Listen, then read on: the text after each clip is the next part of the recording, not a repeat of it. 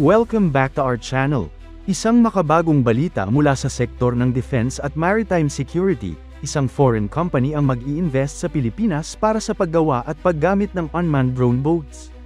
Ang tanong, anong epekto nito sa national security, ekonomiya, at sa ating posisyon sa West Philippine Sea? Tara, pag-usapan natin. Pero bago tayo magsimula, tandaan natin na ang matatag na Pilipinas ay hindi lang nabubuo sa lakas militar, kundi sa maayos na pamahalaan, paglaban sa korupsyon, pagtanggi sa political fanaticism, at pagsugpo sa fake news.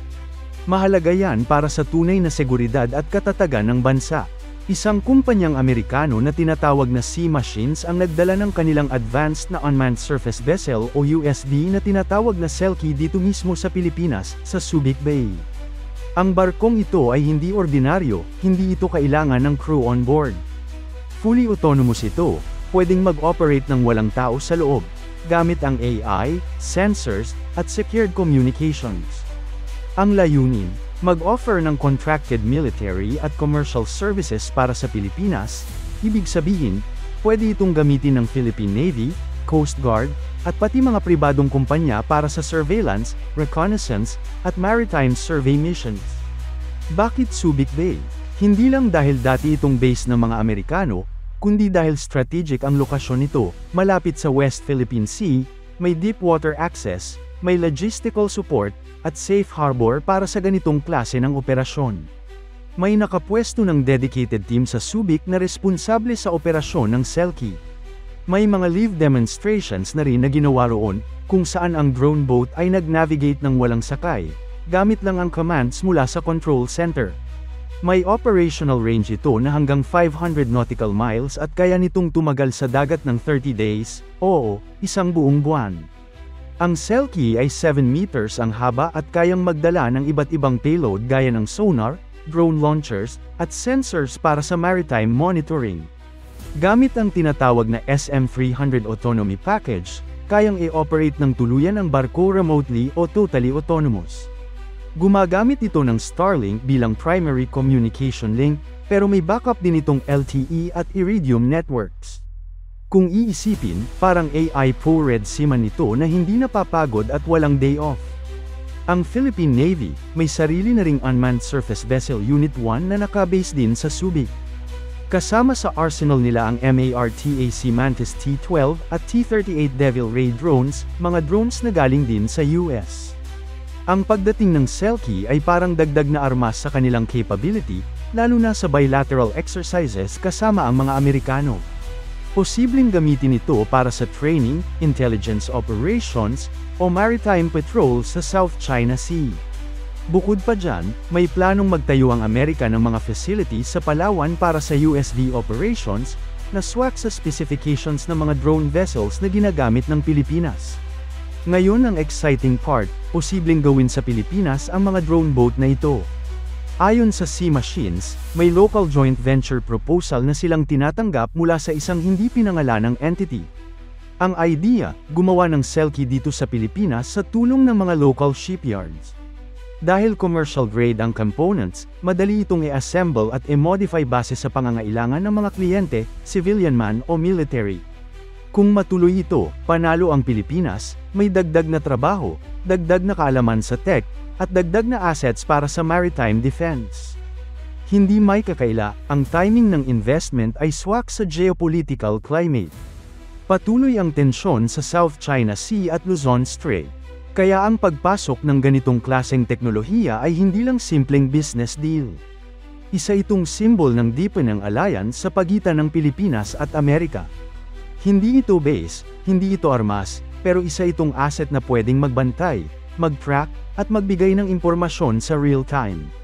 At sa panahon kung saan ang impormasyon at surveillance ang bagong sandata, malaking bagay ito. Pero teka, ano ba talaga ang kahalagahan ng unmanned surface vessels gaya ng Selkie sa defense strategy ng isang bansa? Sa panahon ngayon, maritime domain awareness ang isa sa pinakaimportanteng elemento ng seguridad sa karagatan. Lalo na para sa Pilipinas, na isang archipelagic nation, ibig sabihin literal tayong binubuo ng libo-libong isla. Kung hindi natin nababantayan ang ating malalayong teritoryo, lalo na sa West Philippine Sea, nagiging vulnerable tayo sa mga illegal activities gaya ng smuggling, illegal fishing, at mas malala, pagpasok ng foreign vessels na walang palem. Dito pumapasok ang advantage ng mga unmanned systems.